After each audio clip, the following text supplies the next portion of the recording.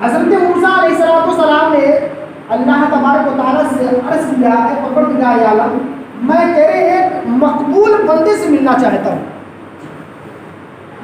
تو اپنے ایک ایسے بندے سے مجھے ملا جو تیرا پائے تکمیل کا پہنچا ہوا بزرگ ہو, تیرا مقبول بندہ ہو. اللہ فرماتا ہے کہ اگر تو میرے بندے سے ملنا چاہتا ہے تو ایسی جگہ جہاں پر دو ندیاں آپس میں ملیں, وہاں پر میرا وہ نیک بندہ تمہیں ملے گا. اللہ کے نبی حضرت موسیٰ علیہ السلام اپنے خادم کو, جن کا نام ہے توشا, وہ اپنے خادم کو لے کر سفر کے لیے روانہ ہو جاتے ہیں.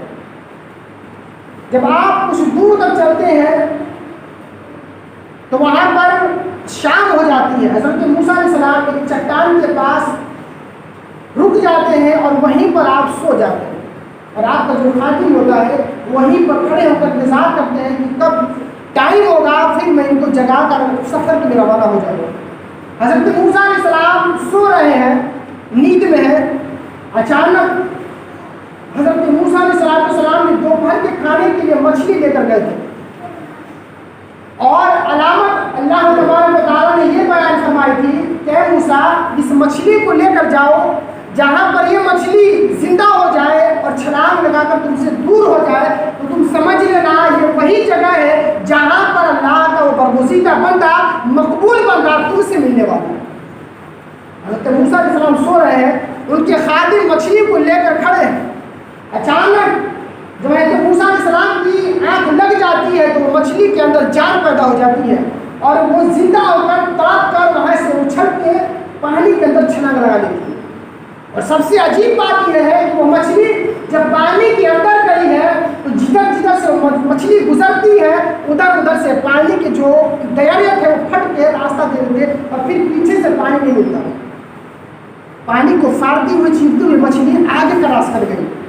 اتنا دیکھنے کہ وہ خادم بہت ہی حیرت میں پڑ گئے, لیکن حضرت موسیٰ علیہ السلام کو بیدار نہیں کیا. جب صبح ہوتی ہے تو حضرت موسیٰ علیہ السلام کو آپ نے بیدار کیا. حضرت موسیٰ علیہ السلام اٹھے, اس وقت تک یہ خادم اس بات کو بھول گیا کہ مجھے موسیٰ علیہ السلام کو کچھ بتانا تھا. حضرت موسیٰ علیہ السلام اپنے خادم کو لے کر وہاں سے سفر کے لیے روانہ ہو گئے.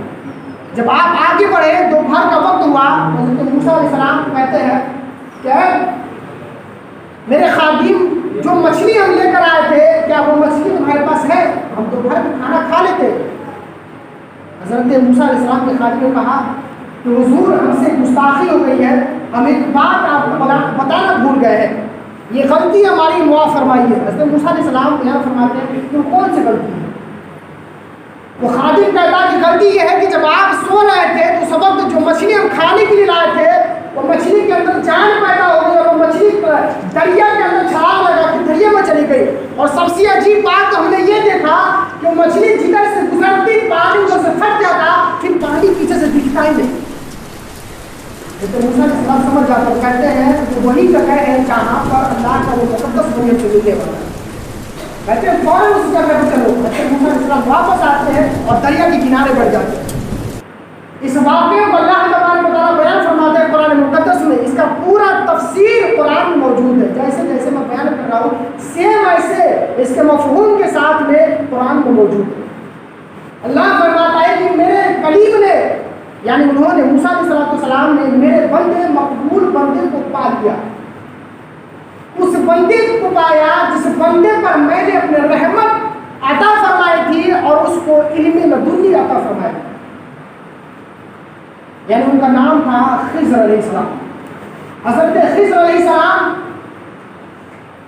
آپ وہاں پر نمودار ہوتے ہیں, ظاہر ہوتے ہیں, اور موسیٰ علیہ السلام ان کے سامنے روبرو ہوتے ہیں, اور دونوں آدمی کے بیچ میں گفتگو چل رہی ہے.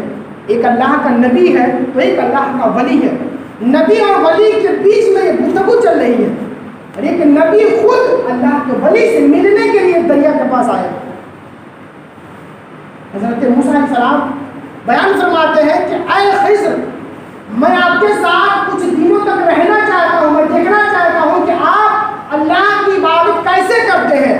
جو اللہ نے آپ پر فرض کیا ہے, جو اللہ نے حکم دیا ہے, آپ اس کو کیسے بجا لاتے ہیں, آپ اس کی عبادت کو کیسے کرتے ہیں, میں وہی دیکھنا چاہتا ہوں.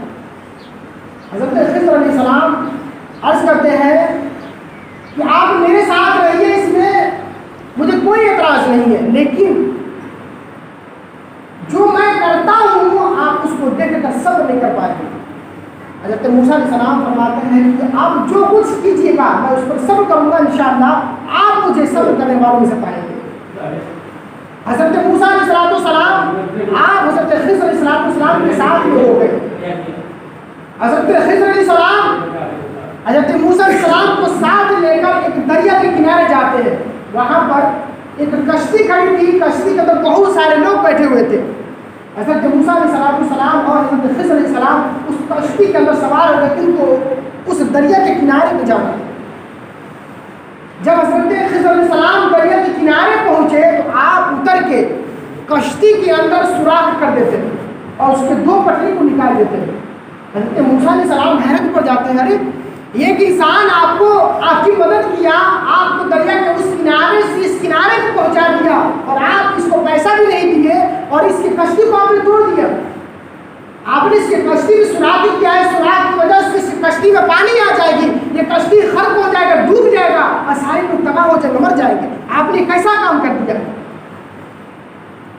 حضرت خضر علیہ السلام بیان فرماتے ہیں کہ میں نے کہا تھا نا انکا فاستمع معی وسیع صبرا، کہ آپ میرے ساتھ رہیں گے لیکن صبر نہیں کر پائیں گے۔ آپ سوال کر دیے۔ حضرت موسیٰ علیہ السلام فرماتے ہیں کہ میں آئندہ سوال نہیں کروں گا، آپ جو چاہے کیجیے۔ وہاں سے آپ چلے گئے، دوسری جگہ جاتے ہیں تو ایک میدان میں کچھ بچے کھیلتے ہوتے ہیں۔ حضرت خضر علیہ السلام ایک بچے کو پکڑتے ہیں، پکڑنے کے بعد اس کے سر کو تن سے جدا کرتے ہیں، کاٹ ڈالتے ہیں۔ حضرت موسیٰ علیہ السلام پریشان کہ اللہ کا ایک نیک بندہ ہوگا، ایک معصوم بندے کو کاٹ دیا، کیسے اللہ کا بندہ ہو سکتا ہے؟ آپ فوراً اعتراض کرتے ہیں کہ آپ تو اللہ کے مقبول بندے ہیں اور ایک معصوم بچے کو آپ نے کاٹ دیا، یہ کیسا معاملہ ہے؟ حضرت خضر علیہ السلام بیان فرماتے ہیں میں نے کہا تھا نا کہ آپ صبر نہیں کر پائیں گے، میں نے پہلے ہی منع کیا تھا آپ میرے ساتھ مت رہیے، صبر نہیں کر پائیں گے۔ حضرت موسیٰ علیہ السلام بیان فرماتے ہیں کہ چلیے یہ آخری بار ہے، ایک بار اور چانس دیا جائے، میں تو تیسری مرتبہ آپ سے کوشچن نہیں کروں گا۔ حضرت خضر علیہ السلام حضرت موسیٰ علیہ السلام کے ساتھ میں ایک بستی سے آپ کی گزر ہوئی۔ آپ بستی سے گزر رہے تھے تو بستی والوں جب پہنچے آپ بستی تو وہاں پہ شام ہو گئی۔ حضرت خضر علیہ السلام بستی والوں سے کہتے ہیں کہ میں تم لوگ کا مہمان ہوں تو مجھے کھانا کھلا دو۔ بستی والوں نے کہا کہ یہاں پر مہمان کے لیے کوئی گنجائش نہیں ہے۔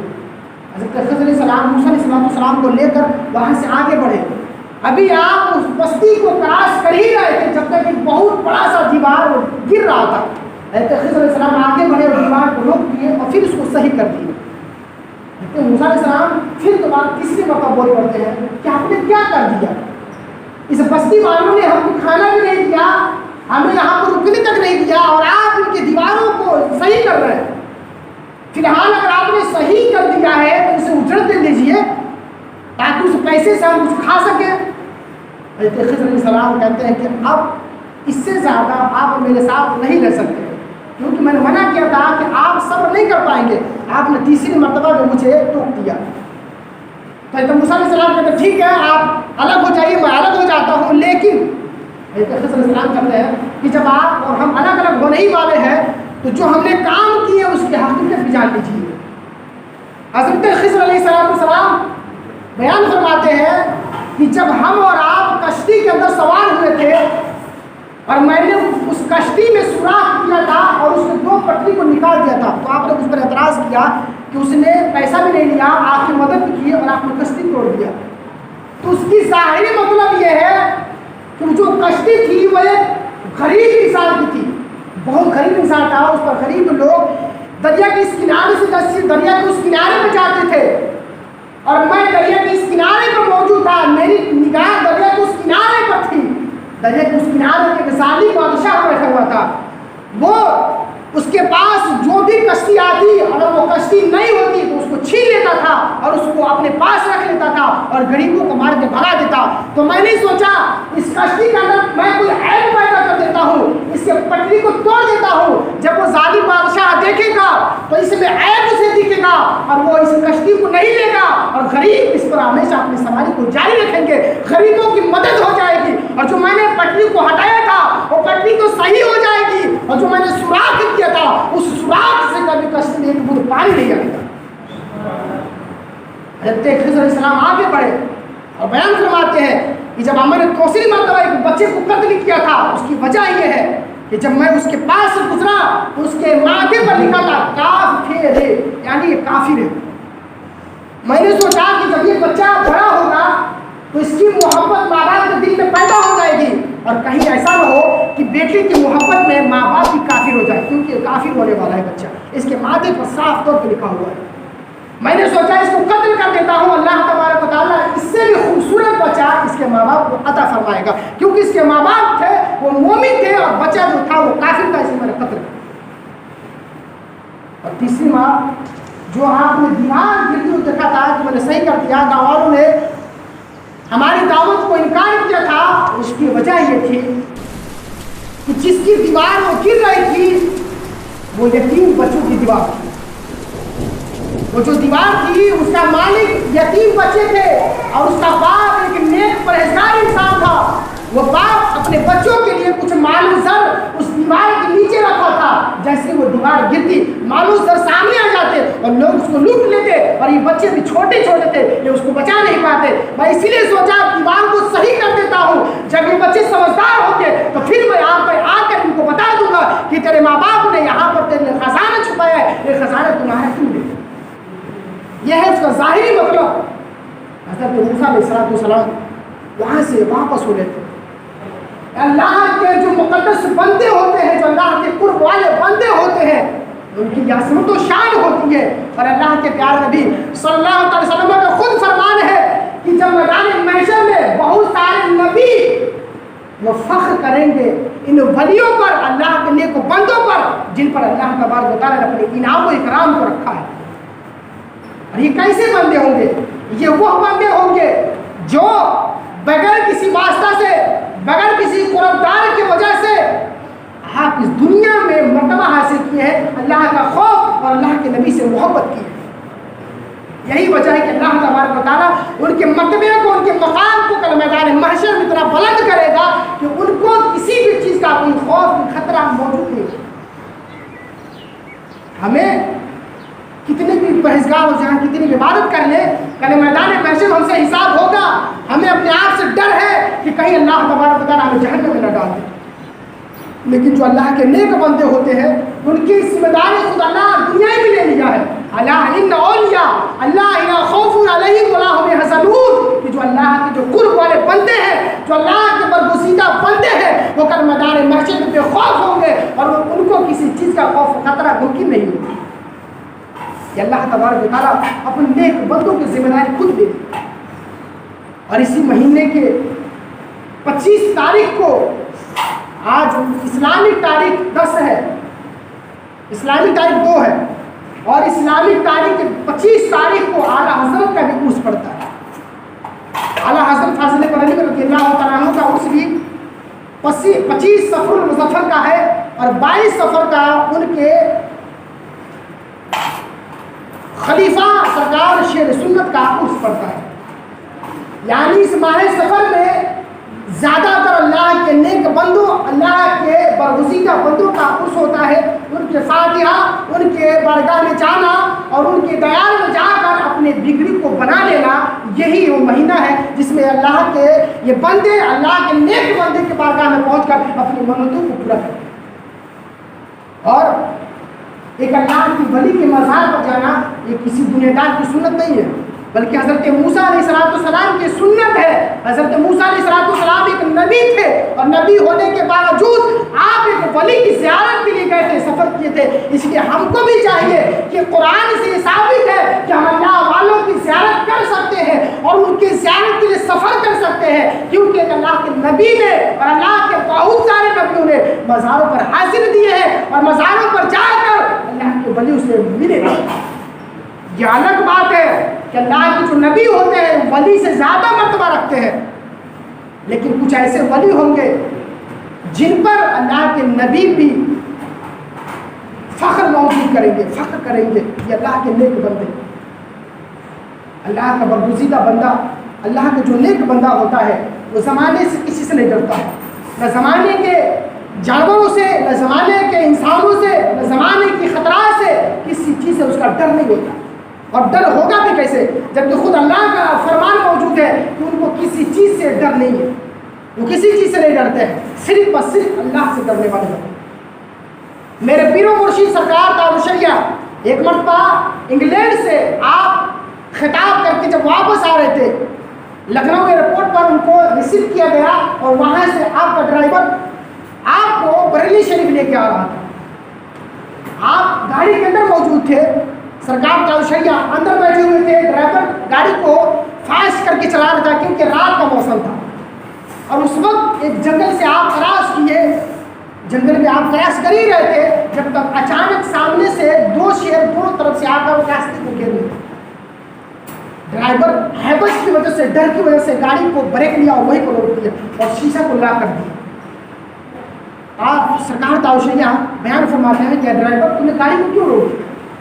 سرکار دار الشریعہ جب آپ سے پوچھا کہ تم نے گاڑی کو اس سنسان جنگل میں کیوں روک دیا, ڈرائیور کہتا ہے کہ ذرا آپ سامنے دیکھیے کہ دو شیر سامنے کھڑے ہم کیسے آگے لے کے چلے. سرکار دار الشریعہ کہتے ہیں کہ تم اتر کے جاؤ اور ان سے کہہ دو کہ سرکار دار الشریعہ ابھی آرام کر رہے ہیں, آپ سے ملنے والے نہیں ہیں. ڈرائیور جب اتنا سنتا ہے تو پسینہ پسینہ ہو گیا کہ میں شیر سے جاؤں بات کرنے کے لیے کہ ہمارے پیر آپ سے نہیں ملیں گے. وہ تو سنے گا نہیں کیونکہ وہ جانور ہے, وہ تو مجھے دیکھتے ہی پھاڑ کے کھا جائے گا. سرکار دار الشریعہ کہتے ہیں کہ آپ اتر کے جائیے تو, آپ جاتے کیوں نہیں ہے؟ لیکن ڈرائیور اترا نہیں, ڈر کی وجہ سے وہ اندر بیٹھا.